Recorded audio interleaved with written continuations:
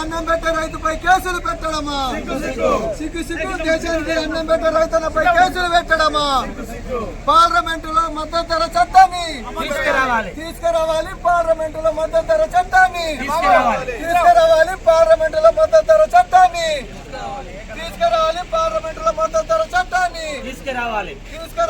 పార్లమెంటులో మద్దతు ధర చట్టాన్ని తీసుకురావాలి. కనీస మద్దతు ధరల చట్టాన్ని అమలు చేయాలి. కనీస మద్దతు ధరల చట్టాన్ని అమలు చేయాలి.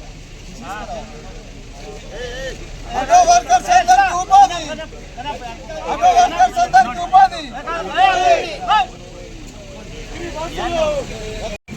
దేశవ్యాప్తంగా ధరలు కనీస మద్దతు ధరలను ప్రకటించి పార్లమెంట్లో చట్టాన్ని తీసుకురావాలని చెప్పేసి కేంద్ర ప్రభుత్వంతో 2-3 దఫాలుగా చర్చలు జరుపుతున్నా ఈ రోజుకు ధరల్ని నిర్ణయించి పార్లమెంట్లో చట్టబద్ధత కల్పించండి అని చెప్తే కల్పించడం లేదు.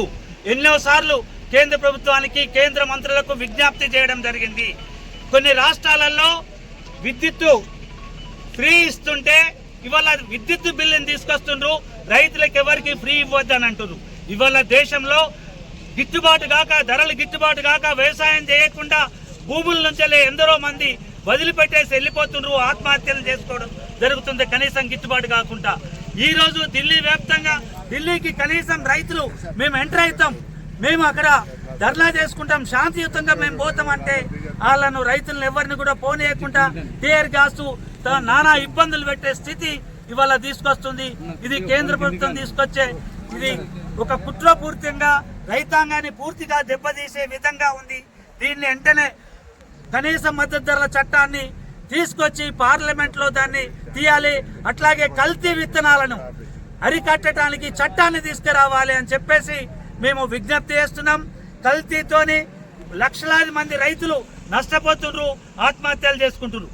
ఎందుకు మీరు కల్తీ విత్తనాలు తీసుకొచ్చే వ్యాపారస్తుల మీద ఎందుకు మీరు చర్యలు తీసుకోరు? అటువంటి వాళ్ళని ఎందుకు జైల్లో పెట్టరు? వాళ్ళ ఆస్తుల్ని ఎందుకు జప్తీ చేయరు?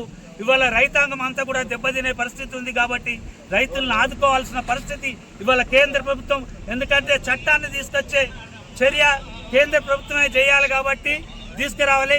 కేసులు పెట్టిన అన్ని కూడా ఉపసంహరించుకోవాలి. మీరు గతంలో పార్లమెంట్లో హామీ ఇచ్చినట్టే ఈ రోజు దాన్ని అమలు జరపాలి. స్వామినాథన్ గారికి మీరు గౌరవంగా భారత రత్న ఇచ్చిండ్రు, స్వామినాథన్ చెప్పిన దాన్ని మీరు ఎందుకు అమలు జరపాలని చెప్పేసి మేమందరం కిసాన్ సంయుక్త మోర్చా డిమాండ్ చేస్తుంది.